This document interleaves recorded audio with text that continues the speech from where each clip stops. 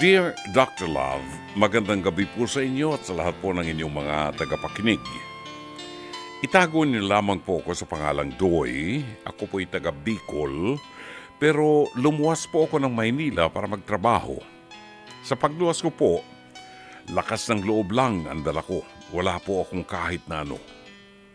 Kakilala, matutuluyan, o ekstrang pera. Ang sabi sa akin ng mga magulang ko, hindi na raw po totoo sa panahon ngayon na kailangang lumuwas para makaahon. Dati raw po kasi talagang maraming trabaho sa Maynila at hamak na mataas ang sahod kumpara sa probinsya. Pero sabi nila, hindi na raw po ngayon, pahirapan na raw po sa Maynila, lalo pa at prioridad nila ang mga nakapagtapos. Tama naman po, sa unang salang ko rito sa Maynila, hirap na hirap po ako sa paghahanap ng trabaho dahil ultimo janitor Dr. Love hinahanapan nila ng diploma. Kahit high school graduate daw, dapat. Gusto ko sanang sumuko na noon dahil inabot din ng 5 buwan na talagang wala akong makuha ang trabaho. Dahil halos nga lahat ganoon ang hinahanap. Hindi na rin muna ako umugnay noon kila nanay at tatay dahil alam kong pagagalitan lamang nila ako at masasabing hindi kasi ako marunong makinig sa kanila. Pero itinuloy ko po. Namuhay akong barker at nakikitulog sa mga karinderiya pati na rin sa mga computer shop. Hanggang sa may nakilala ko, Dr. Love, isang babaeng bantay ng karinderiya. Maganda po siya at hindi rin po siya gaya ng mga babaeng nakikita ko sa panahon ngayon na masyadong agresibo. Lagi ko na po siyang tinatambayan hanggang sa nagkakilanlanan kami at nang tumagal pa, nalimot ko na ang hirap na dinaranas ko dito sa Maynila kasi nalilibang niya ako. Gumugusto na pala ako sa kanya, Dr. Love.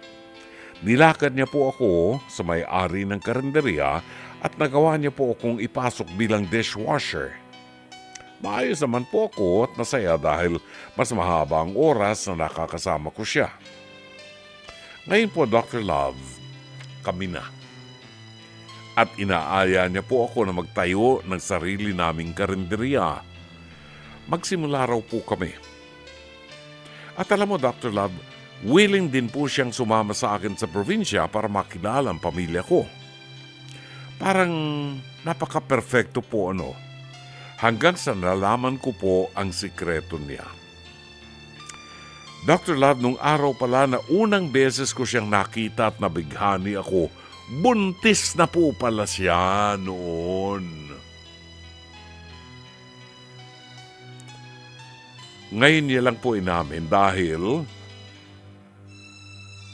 lumalaki na po ang kanyang tiyan. 7 months na po pala ito. Dr. Love, bigla po ako nalito. Napakahirap ng buhay at magsisimula pa lamang po kami.